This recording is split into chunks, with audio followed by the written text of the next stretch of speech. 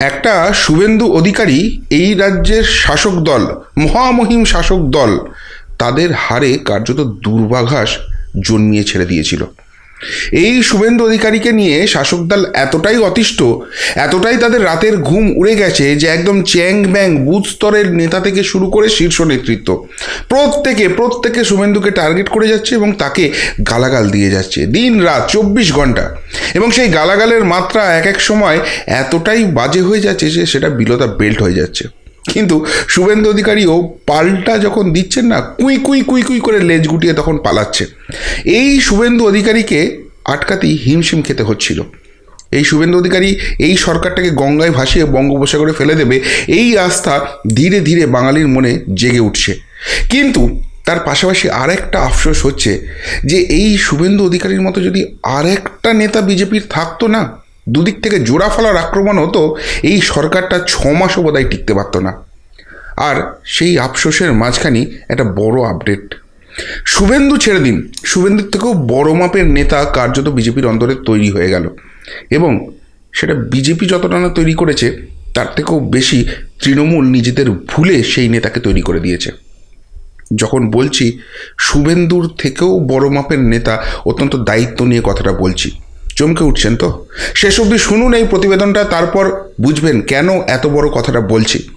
ফলে আগামী দিনে এই তৃণমূলের নাভিশ্বাস আরও বেশি করে উঠবে এবং শুভেন্দুর পাশাপাশি এই দ্বিতীয় যে নেতা উঠে আসছেন, তাত্ত্বিক জায়গা থেকে বেরিয়ে এসে যেভাবে রণংদেহী মূর্তি নিচ্ছেন, এইবার কিন্তু তৃণমূলের কপালে সত্যিই দুঃখ আছে বলে মনে হচ্ছে। কার কথা বলছি অবশ্যই ব্যাখ্যা করব, শেষ অবধি শুনুন এই প্রতিবেদন। অবশ্যই করে দায়িত্ব নিয়ে বলতে পারি যে যথেষ্ট যুক্তি থাকছে, তবে আপনাদের পাল্টা যুক্তিও যদি কিছু থাকে সেটা তো অবশ্যই শুনবো। নমস্কার, প্রিয় বন্ধু মিডিয়ায় আপনাদের স্বাগত এবং আপনারা দেখছেন প্রিয় বন্ধু বাংলা, সত্যের সন্ধানে সর্বদা আমি শুদ্ধশীল। কোন নেতার কথা বলছি? হ্যাঁ, নেতাটার নামটাকে বলে দিই, তাহলে আপনাদের এই আলোচনা শুনতে আরও ভালো লাগবে। নেতার নাম হচ্ছে সুকান্ত মজুমদার, ডক্টর সুকান্ত মজুমদার, বিজেপির রাজ্য সভাপতি। এবার অনেকেই একটু করে উঠলেন তো, কেন বলছি সুকান্ত মজুমদার বর্তমানে শুভেন্দুর থেকেও বড় জায়গায় যাওয়ার মতো জায়গায় আসছে? শেষ অবধি শুনলে বুঝতে পারবেন। আজকে সুকান্ত মজুমদার কি করেছে সেটার একটা উদাহরণ দিই এবং তারপর এত বড় কথাটা কেন বলছি সেটার ব্যাখ্যায় আসছি। সুকান্তদের উপর জলকামান, মাটিতে ফেলে মার, পুলিশের সঙ্গে বিজেপির সংঘর্ষে ব্যারাকপুরে ধুন্ধুমার। যারা দেখেছেন বা অনলাইনে দেখছেন তারা বুঝতে পারছেন কেন এই কথাটা বলছি। যারা দেখেননি তারা একবার ভিডিওটা দেখবেন। সুকান্ত মজুমদারের নেতৃত্বে আজকে বিজেপি যুব মোর্চা তারা ব্যারাকপুর পুলিশ কমিশনারেট ঘেরাও করতে গিয়েছিল। কেন না, ওই জেলার বা ওই পুলিশ কমিশনারেটের আন্ডারে বহু ঘটনা ঘটছে যার সুরাহা পুলিশ করতে পারছে না, বিজেপি কর্মীদের ফলস কেস দেওয়া হচ্ছে। এই ধরনের ইস্যু নিয়ে ডেপুটেশন দিয়ে বিজেপির যুব মোর্চা সুকান্ত মজুমদারের নেতৃত্বে সেখানে যাচ্ছিল। খুব স্বাভাবিকভাবে হেলমেটধারী পুলিশ হাতে ব্যাটার নিয়ে সেখানে রেডি ছিল। 4-4টে ব্যারিকেড করা হয়েছিল। তার মধ্যে 2টো ব্যারিকেড সুকান্ত মজুমদারের নেতৃত্বে ভেঙে গুঁড়িয়ে দিয়ে এগিয়ে গেছে। এরপর যখন পুলিশ কমিশনারের বুঝতে পেরে গেছে অপ্রতিরোধ্য হয়ে উঠছে, এখানে আটকানো যাবে না, আর যদি ওই ন্যাজার থানার মতো সুকান্ত মজুমদাররা আবার পৌঁছে যায় জয় শ্রীরাম করতে করতে, তাহলে ওই 14 তলা থেকে যে ধাঁতানিটা আসবে এখানে সুখের চাকরি আর হবে না। ফলে মারমুখী হয়ে ওঠে। এই শীতের দিনে ঠান্ডা জলকামান চালানো হয়, যে জলকামানে ভেজেন খোদ রাজ্য সভাপতিও এবং যেসব বিজেপি কর্মীরা গিয়েছিলেন তারা। কিন্তু পুলিশের তরফ থেকে নাকি পাথর ছোড়া হয়েছে, এরকম ভয়ঙ্কর অভিযোগ করা হচ্ছে। মেরে ধুনে দেওয়া হয়েছে অভিযোগ করা হচ্ছে। এবং সবথেকে বড় কথা, পুরুষ পুলিশ দিয়ে বিজেপির মহিলা কর্মীদের রাস্তায় ফেলে মেরে পা ভেঙে দেওয়া হয়েছে, এমনি কর্মীদের মেরে মাথা ফাটিয়েছে, গল গল করে রক্ত পড়ছে। এবার আপনারা প্রশ্ন করবেন যে এই ঘটনাতেই সুকান্ত মজুমদার এত বড় নেতা হয়ে গেল যে শুভেন্দু অধিকারীর থেকেও বড় প্রভাবশালী নেতার কথা বলছি কিভাবে? না, শুধু এই ঘটনাটার পরিপ্রেক্ষিতেই নয়, সুকান্ত মজুমদারের রিসেন্ট অ্যাক্টিভিটিগুলো একটু দেখুন। সুকান্ত মজুমদার যখন বিজেপির চার্জে এলেন, বিজেপির চার্জটা পেলেন, তখন তিনি একজন পড়াশোনা জগতের মানুষ, অধ্যাপক মানুষ, পড়াশোনা করেছেন, শিক্ষিত, ডক্টরেট ডিগ্রি আছে। না, জালি ডক্টরেট, কোনো জালি ইউনিভার্সিটির জালি ডক্টরেট ডিগ্রি নয়, সত্যিকারের একজন পড়াশোনা জানা শিক্ষিত মানুষ। এবং তিনি এর আগে সংঘের হয়তো সাংগঠনিক অনেক কাজে যুক্ত ছিলেন। রাজনৈতিক ময়দানে কখন এলেন? 2019-এ জিতলেন, সাংসদ হলেন, কিন্তু সেইভাবে কোনোদিন ভোকাল হিসেবে তাকে দেখা যায়নি। এরপর হঠাৎ করেই তাকে রাজ্য সভাপতির দায়িত্ব দেওয়া হলো, এবং তাকে রাজ্য সভাপতির দায়িত্ব দেওয়ার পর বিজেপির অভ্যন্তরেই তাকে নিয়ে অনেক ক্ষোভ ছিল যে এর আগে যিনি রাজ্য সভাপতি ছিলেন দিলীপ ঘোষ, তিনি যেভাবে জোশ দিয়ে কথা বলতেন, কর্মীরা চার্জড আপ হতো। শুভেন্দু অধিকারী সেই তুলনায় সেই ধারাটা বজায় রাখছেন, চার্জ আপ করছেন, তার মতো কাজ করছেন।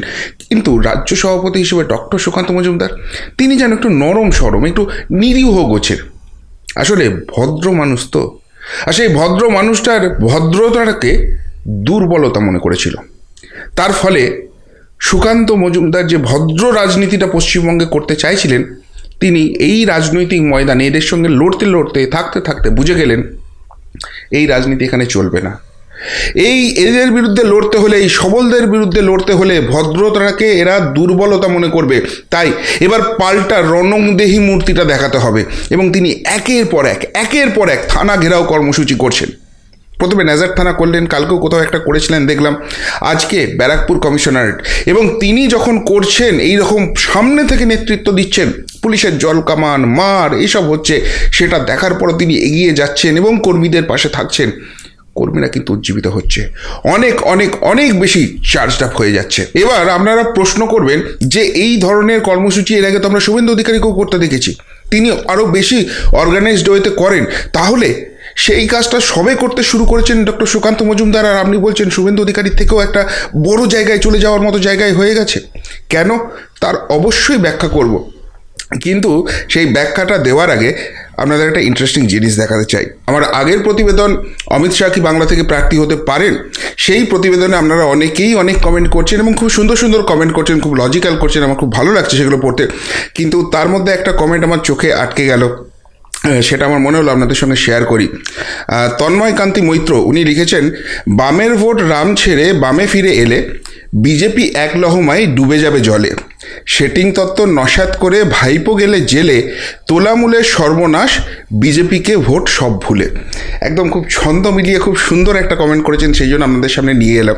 কিন্তু দেখুন তন্ময়বাবু, আমার একটা ব্যক্তিগত কথা, আমার যেটা মনে হয়, কে রাজ্যে ক্ষমতায় এলেন, কে এলেন না, কোন দল কার ভোট পেল, এটা আমাদের কাছে ফ্যাক্টর নয়। আমরা লড়ছি অন্যায়ের বিরুদ্ধে, অশুভ শক্তির বিরুদ্ধে। আমরা চাই এই রাজ্যে একটা এমন সরকার আসুক যারা নিরপেক্ষভাবে, ঘুষ মুক্তভাবে প্রশাসন চালাতে পারবে, যেখানে দলদাস পুলিশ থাকবে না। হয়তো সবটাই একদিনে সম্ভব হবে না, কিন্তু যে নৈরাজ্যের মধ্যে আমরা দিনে দিনে ডুবে যাচ্ছি, যে অন্ধকারের দিকে চলে যাচ্ছি, অন্তত সেইখান থেকে আলোর দিশা দেখতে পাবে এই রাজ্যের যারা যোগ্য প্রার্থী, যারা যোগ্য শিক্ষিত ছেলে মেয়ে, তাদেরকে রাস্তায় বসে থাকতে হবে না, তাদের যোগ্য চাকরিটা কেউ চুরি করে নেবে না, লক্ষ লক্ষ টাকা ঘুষের বিনিময়ে বিক্রি করে দেবে না। আমরা তো সেই রকমই একটা সরকার চাই। তাই যারা সেটা চালাতে পারবে, যারা সেটা করতে পারবে, আমরা কিন্তু তাদের পক্ষেই আছি। আমরা চাই একটা সুস্থ প্রশাসনের সরকার। আর এই যারা আজকে মাতব্বরি করছে, যারা চুরিটা করছে, ডাকাতিটা করছে, তারা কিন্তু আমার আপনার ভোটে জিতেই এই মাতব্বরিটা করার সাহস দেখাচ্ছে।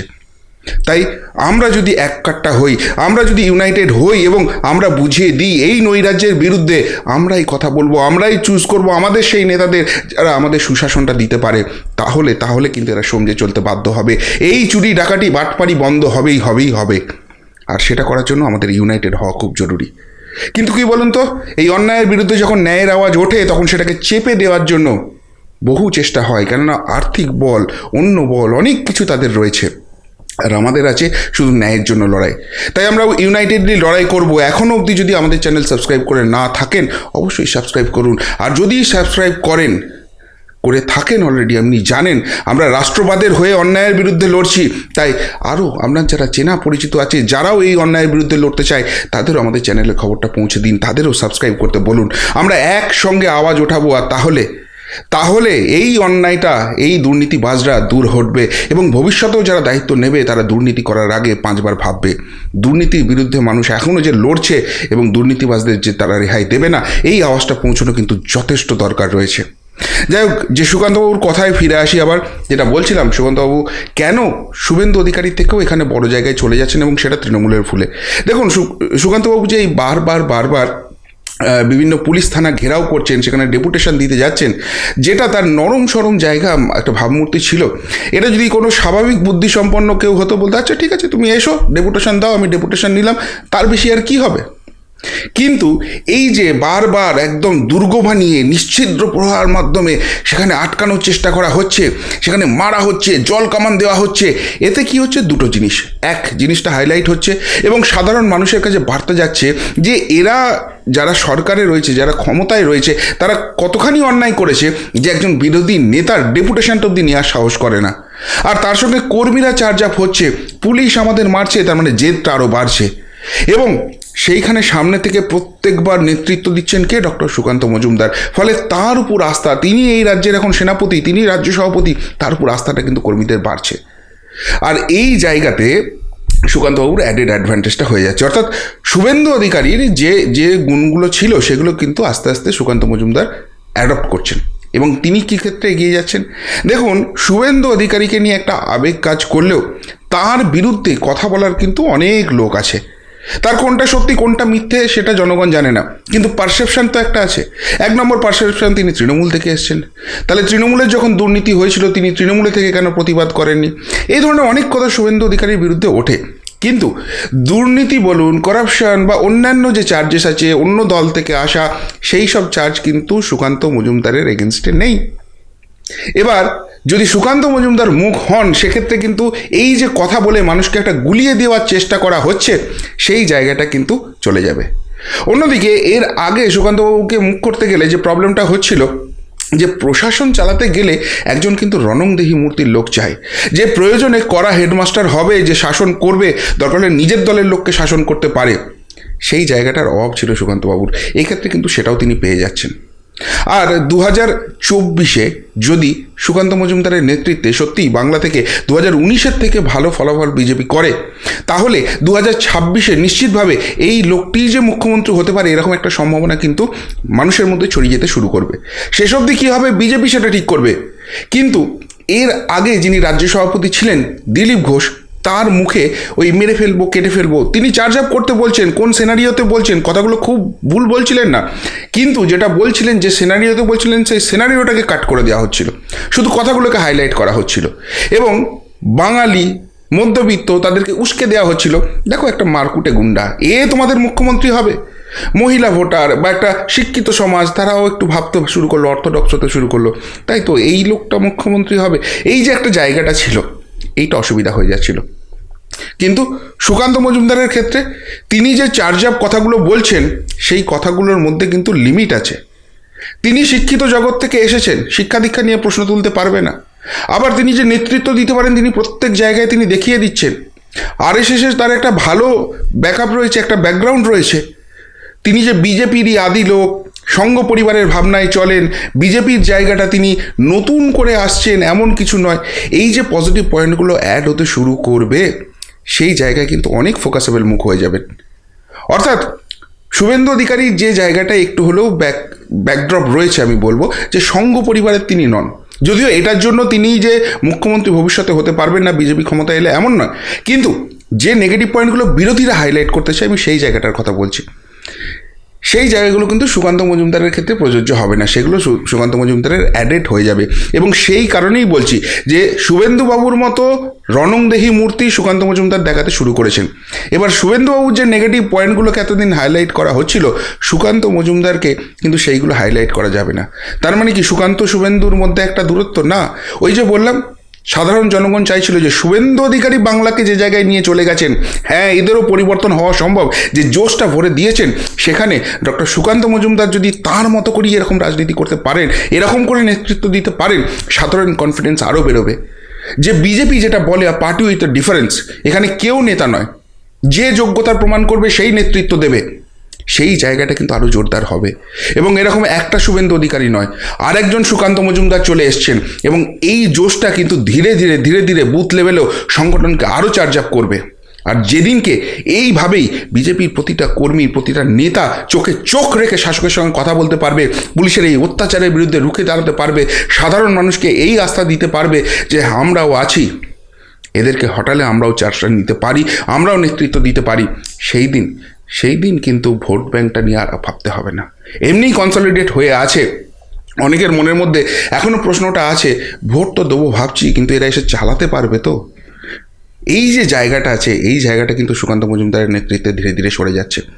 আর তাই একটা কথা বলেই যেটা শুরু করেছিলাম, যেটা আমার হেডলাইনও দিয়েছি, যে তৃণমূলের ভুলেই কিন্তু সুকান্ত মজুমদার ধীরে ধীরে এই জায়গাটা কিন্তু পেয়ে গেছেন এবং শুভেন্দু অধিকারীকে যোগ্য সঙ্গত দিচ্ছেন। সুকান্ত শুভেন্দু জুটি যদি এইভাবেই ঘোড়াটা ছুটিয়ে যান, তাহলে নবান্নর গদি টলমল হতে কিন্তু বেশি সময় লাগবে না। কি বলবেন সুকান্ত মজুমদারের এই ভোল বদল নিয়ে, তাত্ত্বিক নেতা থেকে এই রণংদেহী মেজাজ নিয়ে? সত্যিই কি তিনি শুভেন্দুর যোগ্য সঙ্গতকারী হিসেবে উঠে আসলেন? এবং সত্যিই কি বিজেপি শুভেন্দু আর সুকান্তকে একদম জোড়া ফলা হিসেবে ব্যবহার করতে পারবে, যারা নবান্নের ওই গদিটা নড়িয়ে দিতে পারে? যদি এই নিয়ে কিছু বলার থাকে অবশ্যই কমেন্ট বক্সে কমেন্ট করে জানাবেন। এখনকার মতো এখানেই শেষ করলাম। ফেরত আসছি নতুন প্রতিবেদন নিয়ে খুব তাড়াতাড়ি। ভালো থাকবেন, সাথে থাকবেন, পাশে থাকবেন। নমস্কার।